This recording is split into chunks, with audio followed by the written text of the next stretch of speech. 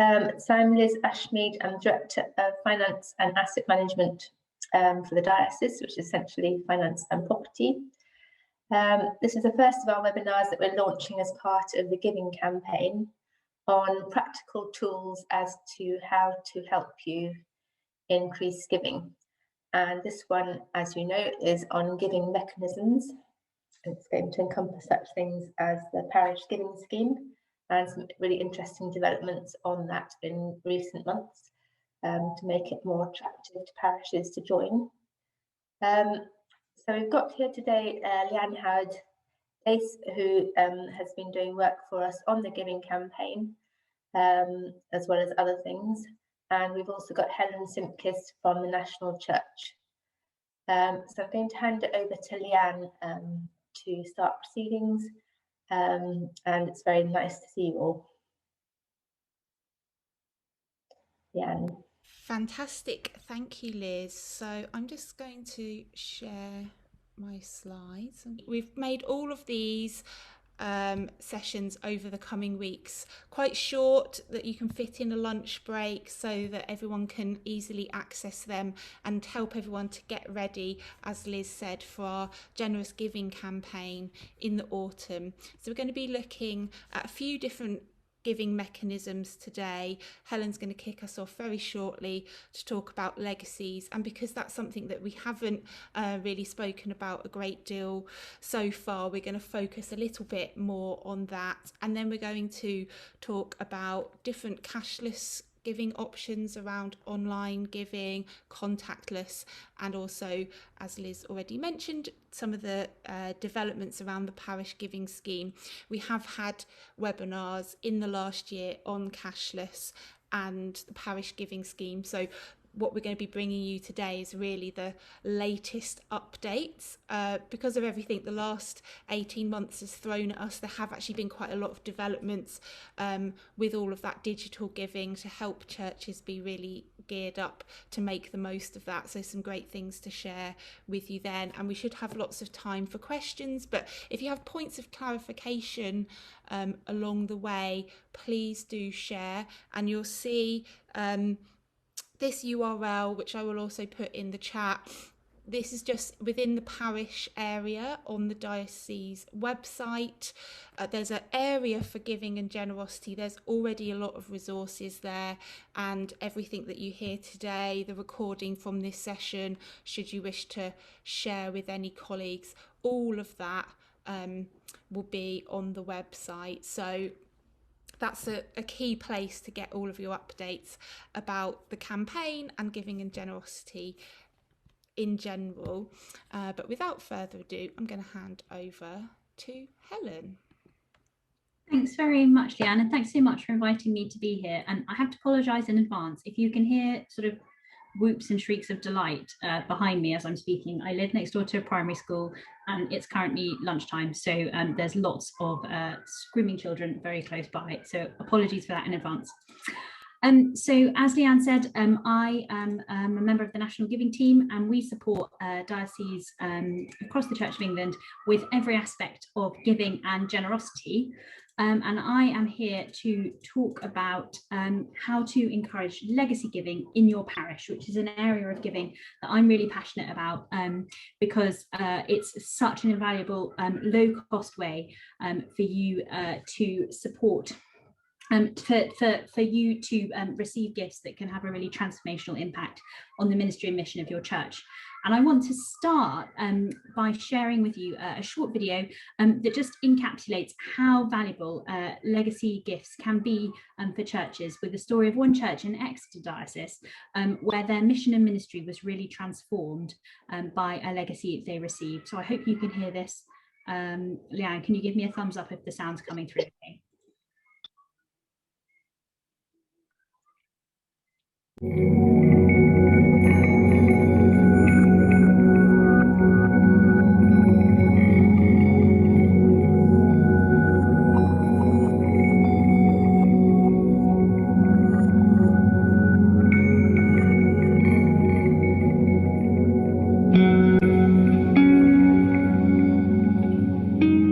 This church is a very welcoming church. and that's what attracted us to it in the first place. We are a church family, and that's one of the things that Jack and Babs introduced into the church vocabulary, really. We're all very blessed in all sorts of ways by Jesus, and actually we want to bless each other, and increasingly we want to bless the people outside of the church, which is what the outreach and the new reordering has enabled us to do a lot more of. They were welcomers. They were the classic couple that met you at the door with a big smile and said, "Hi, lovely to see you." And Jack and Babs were the sort of people who encouraged you. And when you had a problem, let's pray about it. And that idea of them praying and us praying with them has always been a part of what I remember in Jack and Babs. The legacy left by Jack and Babs was somewhere in the region of £450,000, which is a lot of money. The rector at the time asked the congregation what they thought they would like to do with this money, because it's a big chunk of money. And he suggested that we might like to reorder the church. Their legacy was also to challenge us. Because when you are left a huge amount of money like that, it is a blessing, an absolute God-given blessing. But there's also a responsibility involved in that, because as a church, you have to try and use that money wisely. And it was a challenge to the whole of the church family, then and now, to actually use the money and the example that they gave us. We did the reordering in 2 phases. Phase 1 was principally at the west end of the church. We wanted to create a level access through into the church for people in wheelchairs and with other disabilities. We also built an extension which is in the angle of the tower and the west wall of the church. And this extension is a meeting room, mainly used for children's work. Below us is a small kitchen and a disabled toilet and a normal toilet. And the balcony, which is behind you, which basically was replacing a balcony that had been taken out in Victorian times. So it provides an overflow for large congregations, it provides meeting spaces, it provides a small office space, and it provides access into the ringing chamber, which is next door to us. And that is what Jack and Babs financed. This room was named after them. It provided us with a complete change in the way we use the church. It's always exciting to arrive somewhere new and to be welcomed by people who are looking forward to your arrival. So it was a time of great excitement, great fun. I felt a lot of love from the people, and the building itself was a joy to be in. I could see how they had worked really hard to do something which kept the integrity and beauty of the ancient building, and yet at the same time gave them opportunities to do different things. Well, one of the biggest changes has obviously been the building itself. It's enabled us to have a complete new range of rooms to be able to work with and work in. Our youth work is now part of the sort of normal church activity. The bell ringers are now, you can wave to them, you know, it's lovely. They were always hidden away up the tower before. So there's all sorts of things to the building itself that have enhanced it hugely. And we really, really wanted the building itself to reflect the best of old and new. So that's what we tried to do. And I think the architect did a wonderful job. They're a very outward-looking church and really want to engage and serve the community. So although the legacy from Jack and Babs has been spent a lot on the building, it's not simply a building project. The people of the church are what make the church what it is, and as I understand it, you know, part of the legacy of Jack and Babs was actually the spirit of wanting to serve the community. And I like to think, in a sense, that what we've done is turn the building inside out so that people can see what it is and can see the welcome. We get quite a lot of people who just drop in. They go into the chapel to pray. We've gone out and we've started Chatterbox Cafe. And Chatterbox Cafe is a community cafe that we run in the local community every Friday morning. And it came from being sociable inside the church to actually realising that we had the ability and the team ethos and the Holy Spirit could take that outside in the community. I thought what also changed was a sense of togetherness of the church family, because all of a sudden we had to talk as a church family about really important things, about where did we want the church family to go, what were our priorities, what was our vision, not just what did we want now, but what did we want in 20 years' time. It's a great memorial to them. Well, certainly everybody who knew them understands what they did and what it means to the church. It's just been a complete transformation. It really has. Those of us who remember them fondly. A legacy is a wonderful blessing, but it's a lot of hard work as well. But when you come out the other side after a lot of prayer and a lot of hard work, you come out stronger, I think. I think legacies are a really amazing way for people to say thank you to a church that has been part of their life, and to enable the church to serve the next generation. I think it's amazing that legacies can be spent on all sorts of different things. You can spend them on a building project, which is what this was. You can spend it on something which employs somebody, but it helps the church pass on the good news and the joy of what you've had in your experience of worshipping in that building. God never said it would be easy, but he did say he would enable his work to happen. And that's what I feel God has done here, that through Jack and Babs, he's enabled his plan to fall into place. And the church family is growing in ways that we didn't necessarily expect it would. But we really feel, and we still really feel, that the building was the incentive, it was the initiative that allowed the rest of things to happen. So the legacy started it all, and it's going great guns, and God's been kind here.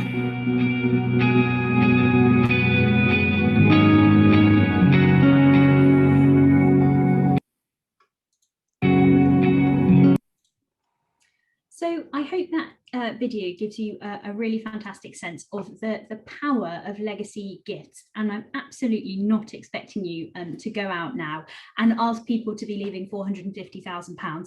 That's very much not the message I want you to take from this session. But I do want you to get a sense of the fact that legacies can be transformational of any size, whether it's a small gift that just goes towards general funds, or an enormous gift. People are able to give through legacy gifts much more than they ever could in their lifetime. So while I'm talking, it'd be really interesting in the chat to know whether your church has ever received legacies and what you may have used them for in the past, just to share some stories so that everyone can see. So do feel free to put those stories in the chat as I go through my presentation. So why encourage gifts in wills? Well, there are 5 key reasons that are really important for why gifts and wills are important for churches. First of all, they are a fantastic opportunity for putting some financial support in place for future sustainability. And we've seen through the pandemic that many churches have had to lean on their reserves, and unrestricted gifts and wills, gifts that are just left for the general purposes of the church, which are the vast majority of legacies that Church of England churches receive, are a really vital part of those reserves.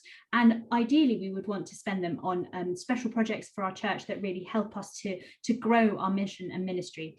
But for a rainy day, they are also valuable.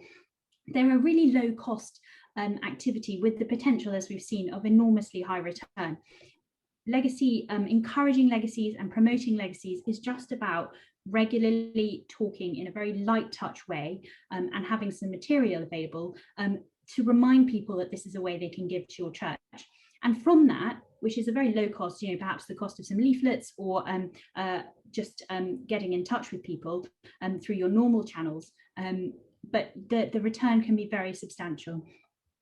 I'm not going to go into a deep theological explanation in this session, but encouraging gifts and wills, encouraging people to be generous is as much a part of Christian giving as any other aspect of giving that we would encourage. Legacies are really life affirming. I know people don't like to talk about them because they're those 2 taboo subjects, money and death. But really, we are enabling people's wishes to be continued into the future. When people leave a legacy, they are giving to something to an organisation or a charity that they think will continue their values into the future. And churches are an enormous part of people's lives. And by leaving a legacy, they are saying, yes, I want this institution to thrive into the future. And they are only activated by death, but really they're a life-affirming gift. And generosity makes people happy. As I think I've shown through the life affirming point, but the World Happiness Report in 2019 stated that generosity was one of the key pillars that made people happy in their lives. So this is not something that we need to be afraid of or shy away from. It's something that really can help people to make a difference through their lives into the future. I mentioned that legacies are a fantastic source of income. To the whole voluntary charity sector, they're worth over £3 billion a year. And to the Church of England, they're worth around £60 million a year. That's income that's going to churches. And this is really the opportunity. The time is now to think about encouraging legacies, because in the next 30 years, as the generations move through and baby boomers start to be the ones leaving legacies, it's estimated that £5.5 trillion will pass, which is a figure I can't get my head around at all, but will pass between generations. And if even just a tiny piece of that was left to charity, to your church, there could be a real difference for churches in the future. For many charities, legacy income actually forms the vast majority of their income. So gifts and wills relate for the RNLI to around 60% of their voluntary income every year. And they've framed this very much in terms, and you probably will have seen other charities doing this too, that a lot of the work that they achieve is only possible thanks to gifts and wills. So the lifeboats, you probably have heard this before, but they say that 6 out of 10 lifeboat launches are only possible thanks to a gift left in someone's will. So I encourage you to think about the work that happens in your church. What things happen that could only be possible thanks to gifts and wills, or thanks to giving in general? Start to think in terms of what you can achieve with legacies, to help people buy into the vision of what a legacy that they leave could happen could have in the future.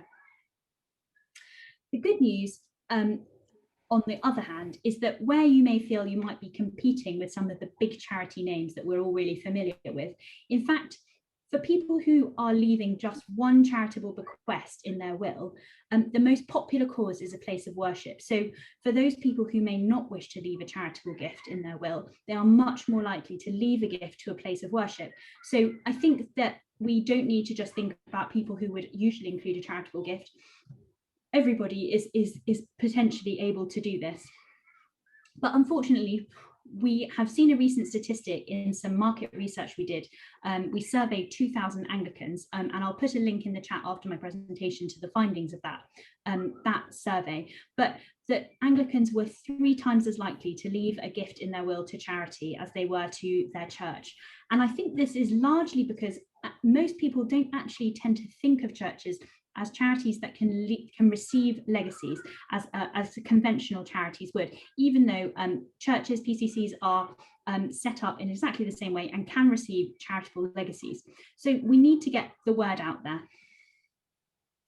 I mentioned earlier that legacies are a key part of Christian generosity. Now, there's not a biblical imperative to leave a gift in your will, but I think we can include legacies in the general messages of the importance of being generous and thanksgiving that we see. And I love thinking about historic legacies, which there are often so many reminders of in older churches.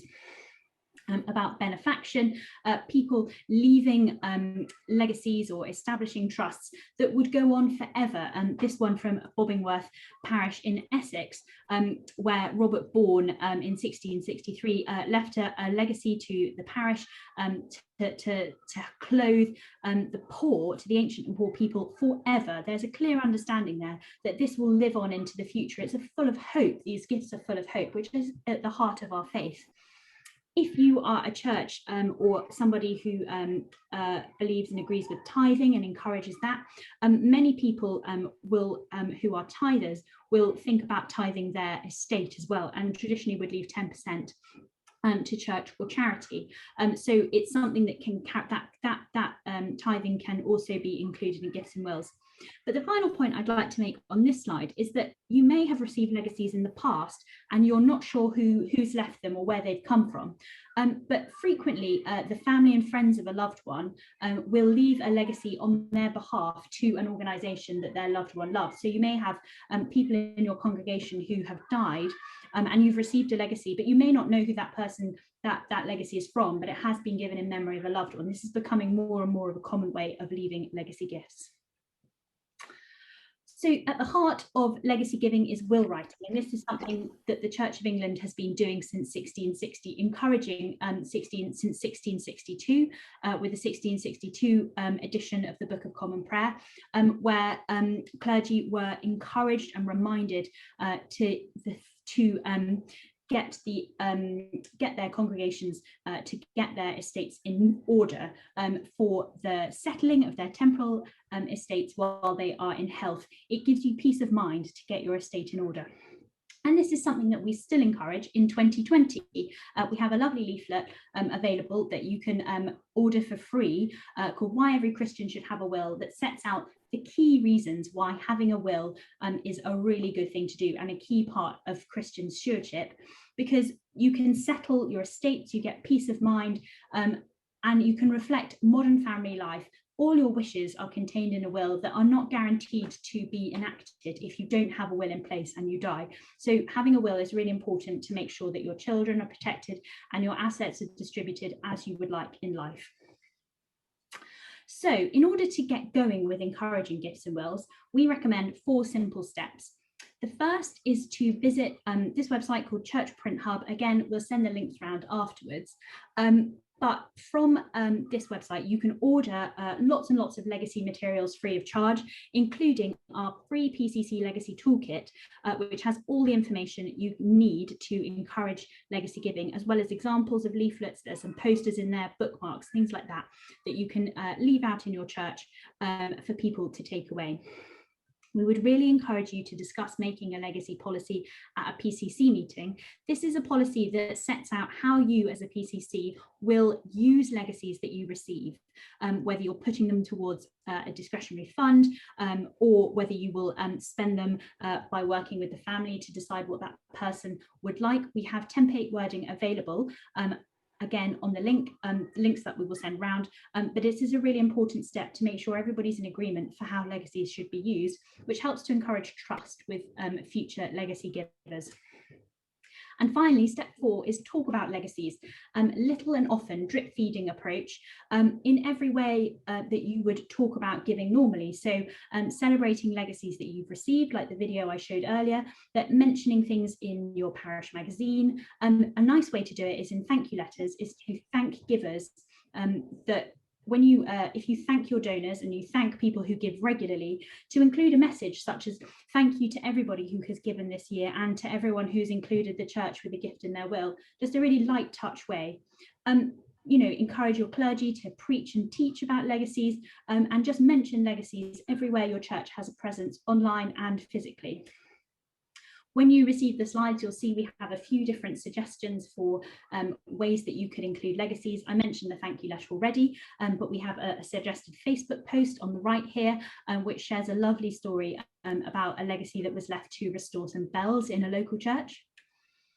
We have some article suggestions for parish magazines, and again we have some copy online that you can use and take and personalise for your church, but about will writing, about supporting churches. And on the right here, just to go back to what I mentioned with the RNLI, thinking about how gifts and wills and giving, what they can achieve in your church. So I would encourage everybody to visit the Church Legacy website. Again, we'll send a link round, but this has lots and lots of information about leaving legacies to churches, both for donors and for PCCs. So there's lots and lots of resource available there to help you. I think I have just reached my time limit there. So if you have any questions for me, please do put them in the chat or mention them at the end of the session and I'll be happy to reply to them. But if you'd like to get in touch with me directly, please do email us at giving@churchofengland.org. and we'd be very, very happy to help with any questions, big or small, that you might have. Very, very many thanks for having me here. I will stop sharing and hand back to Leanne now.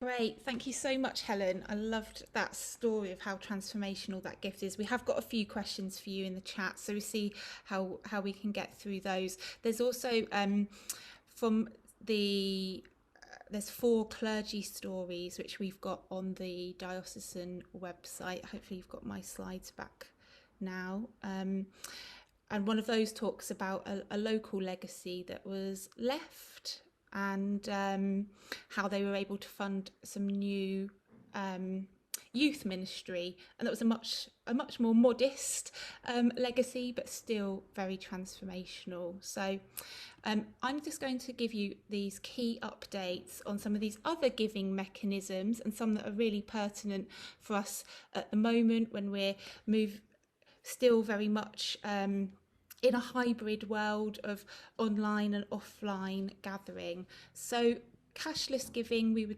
talking about any giving that's replace the more traditional coins and notes. So particularly in this context, I'm talking about online giving, contactless giving, and QR codes. Now, online giving, we have a short, I think it's 3 or 4 page PDF guide which we created during the first lockdown to help you make decisions, and there's this kind of flow chart. You won't be able to see all the details now, and I'll pop that link in the chat, because if you look at that, you'll see it's really simple, just to help you think through the best ways to fundraise online. There's lots of different providers which can feel a bit overwhelming. Which website are you going to use? Which tool are you going to use?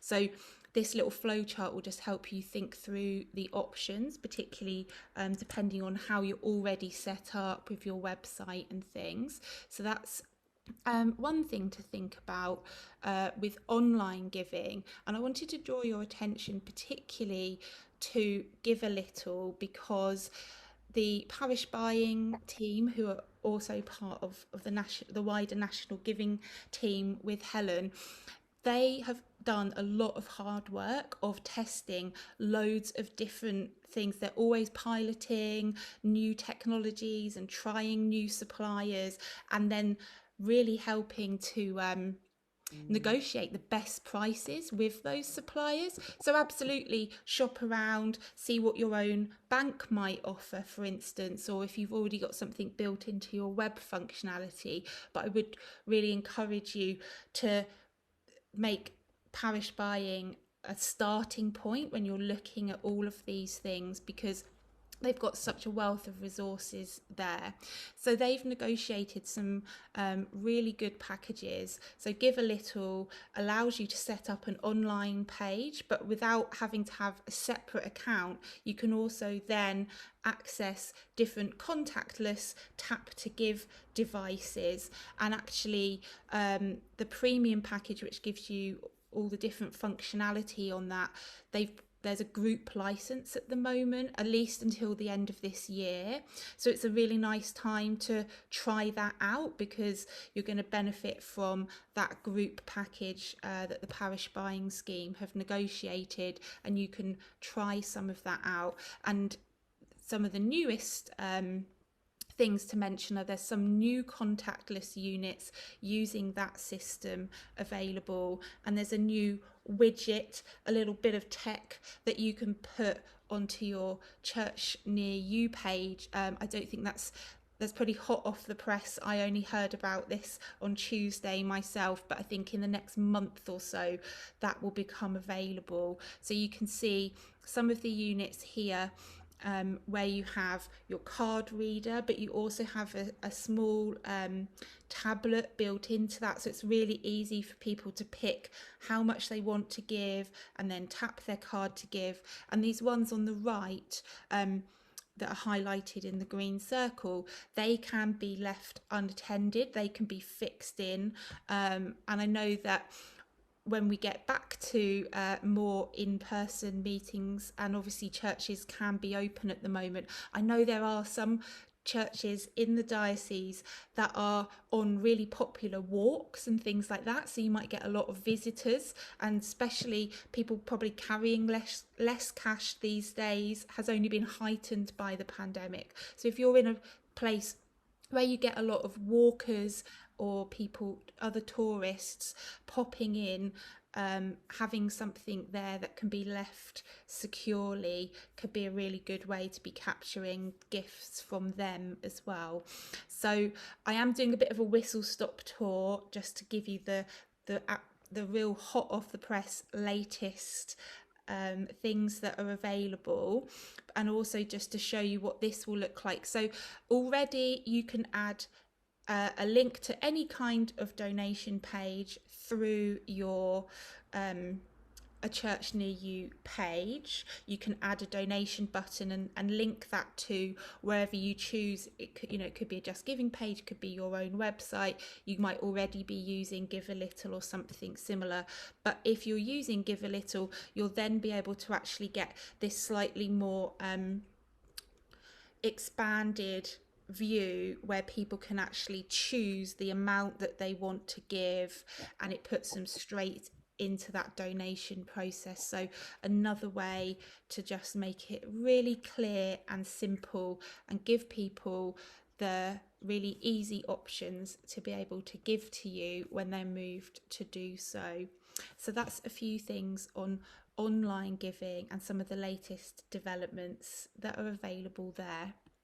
And QR codes, if you just Google QR code generator, you can create a QR code for any web address that you choose, and on platforms like Give a Little as well, there's often an option where they'll automatically generate one. So if you create a campaign page on Give a Little, you can download a QR code for that.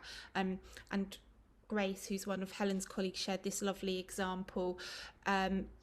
If you're a parish where connectivity might be an issue, can you create something for those visitors, those walkers, those occasional people who come in, where they can take it away and use a QR code to make a gift follow-up? And QR codes are actually a really good way to dip your toe into some of this online giving, because you can test them in lots of different ways. You could put them up on screen during a Zoom call, you can put them on printed materials, and it's only the cost of printing a page of A4 or whatever it is that you can try different ways. Where's the best place in the church to put it? Things like that.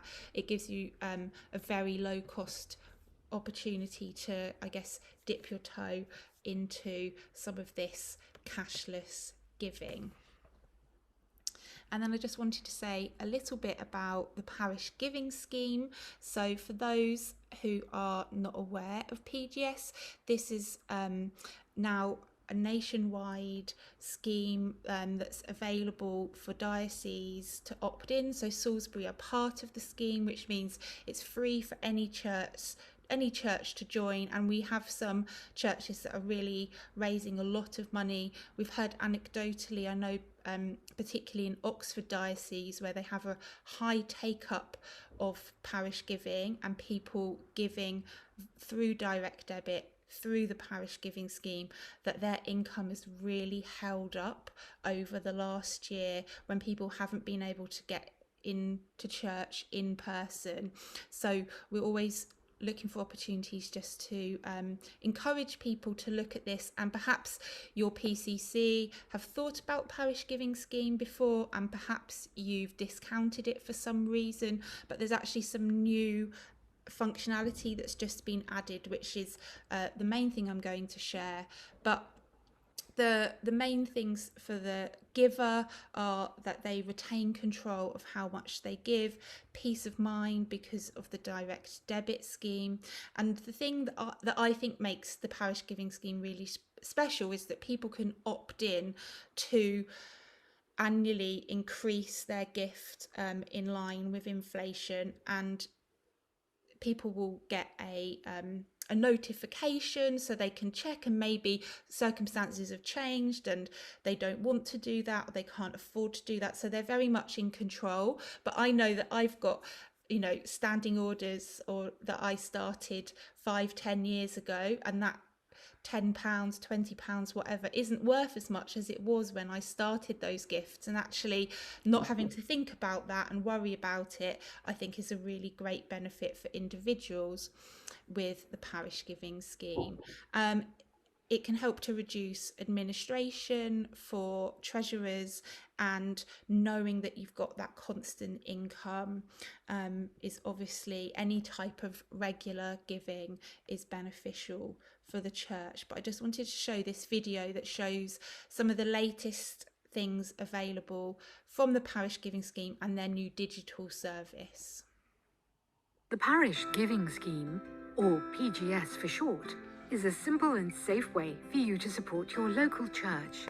There are 3 ways to set up a direct debit donation that will help your parish fund their mission and ministry, enriching the life of your church in your community. Simply visit our website, and in a few quick steps you can safely register, find your church, and set up your regular giving. Or you can call our friendly team and they will set up your donation for you. Alternatively, simply ask your parish giving representative for a gift form, complete it and send it back to us, and we'll do the rest. No matter which way you donate, if you're a UK taxpayer, you can opt to add gift aid. It's worth an extra 25% of the value of your gift, which we will claim from HMRC and send straight to your church. You can also choose to maintain the value of your gift by increasing it each year in line with inflation. We'll calculate the rise and let you know. And if your personal circumstances change, you can alter your donation at any time, either online or by simply giving us a call. While we will never share information about you and your donation with anyone but your chosen parish, you can opt to stay anonymous if you'd prefer. Whether you choose to give online, by phone, or by post, every gift makes a difference to your church and local community. On their behalf, we say thank you. PGS, supporting your personal ministry of giving, simply and safely. So it's quite remarkable. They've managed to get quite a lot of new things up and running over the last year, because that wasn't previously available. I'm going to stop sharing now because I know that we've had lots of questions come in, and I wanted to also share the link. So in launching this new digital side of PGS, there's loads of resources. You can download that animation if you'd find it useful to share that in one of your services. They've got leaflets, presentations, slides, all sorts of different resources, both to help the PCC consider if PGS is right for them, and then also to promote it. So if you're not using it, it might be something to reconsider now that there's more functionality available. And if you are using it, make sure you're aware of these new resources and the options around the digital service. It also means that people can, I think, now access their accounts. Like, they can manage their PGS account online, so people can increase their gift or pause their gift or whatever they need to do in their circumstances. So you might also want to make your existing PGS givers available of that new functionality. So we don't have loads of time, but I mean, I'm happy to stay a bit longer if people have got particular questions. Helen, have you managed to answer most of the legacy questions that have come your way? Yeah, I think so, but if anyone has any more, please do share them. Right, I'm going to see if I can dive into some of these. And I know when we spoke about PGS, and we had the chief exec of PGS join us on a webinar, and we had a few people in the parish. There are in the parish, in the diocese, who are really making a success of that. So plans for real-time reporting, you have to wait a whole month for a statement. I'm not sure the details of that, but I can definitely check and feed that back. I do know as well that there are some good integrations with the different accounting packages, so that's another benefit of using that. So I've just realised I've sent the link in a direct message rather than to everyone. So there you go, there's those new resources. What other questions have we got here?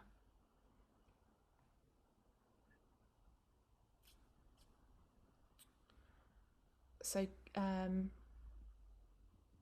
Helen's also put about that. I can't see if there's any outstanding questions about online PGS. I think Helen's done a fantastic job of answering those all in real time, but we do have a few more minutes if anyone else has any further questions or wants to just let us know about a giving mechanism that you're interested in that we haven't been able to cover. You know, we're always looking to keep adding more support and resources.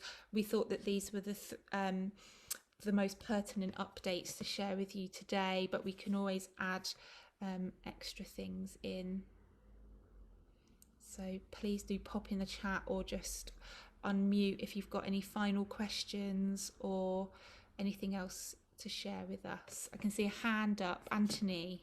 One of the things I don't think did come out was in legacy giving, that if somebody gives over 10% or more of their estate charity, they get a deduction of an inheritance tax. And that might be a way of encouraging more people, particularly with large estates, to actually do something.